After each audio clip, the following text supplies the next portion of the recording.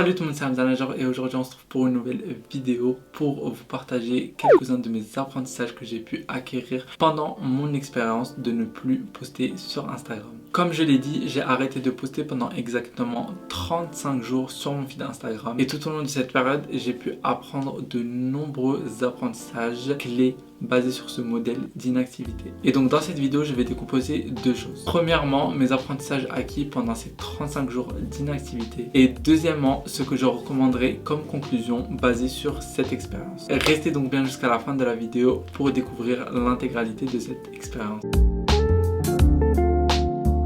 Alors l'expérience numéro 1 que j'ai acquérie pendant cette expérience et que j'attendais bien évidemment est une perte d'abonnés conséquente dès que je ne poste plus sur mon feed. Tout simplement, le fait de ne plus poster de photos ou de vidéos sur mon feed m'a permis de voir que ma croissance au niveau des abonnés ralentissait.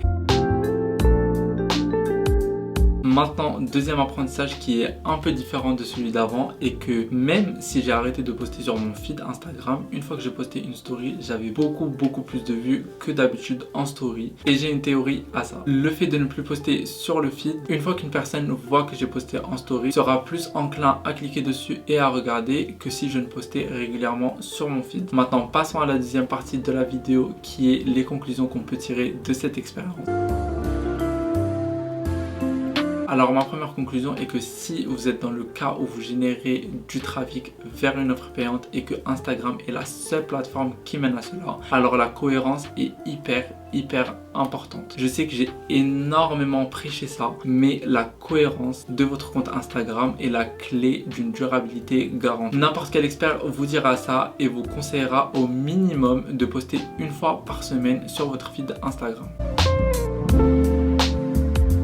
Maintenant, la deuxième conclusion que je peux tirer de cette expérience et qui est un peu différente de la conclusion d'avant est que plus vous posterez et plus vous aurez de portée. Je m'explique. En fait, ce que j'ai appris de cette expérience en comparant avec d'autres comptes que je gérais et que je devrais plus souvent poster sur Instagram dans la semaine, puisque lorsque j'ai analysé la feuille de calcul de mes posts, j'ai tout de suite remarqué que lorsque je publiais plusieurs posts dans la semaine, mon reach était beaucoup plus haut que si je postais une fois dans la semaine ou moins. Après, si votre objectif, comme beaucoup d'entreprises, est de rester cohérent, alors postez seulement une fois par semaine minimum. C'est toujours mieux que rien et ça va vous permettre tout simplement de garder cette certaine cohérence et de vous forcer à rester régulier au niveau de vos posts Instagram. Par contre, gardez toujours en tête que plus vous posterez de publications par semaine et plus vous aurez de chances de devenir viral à travers vos posts ou de tout simplement transmettre un message fort à une certaine audience qui de base ne vous connaissez peut-être pas.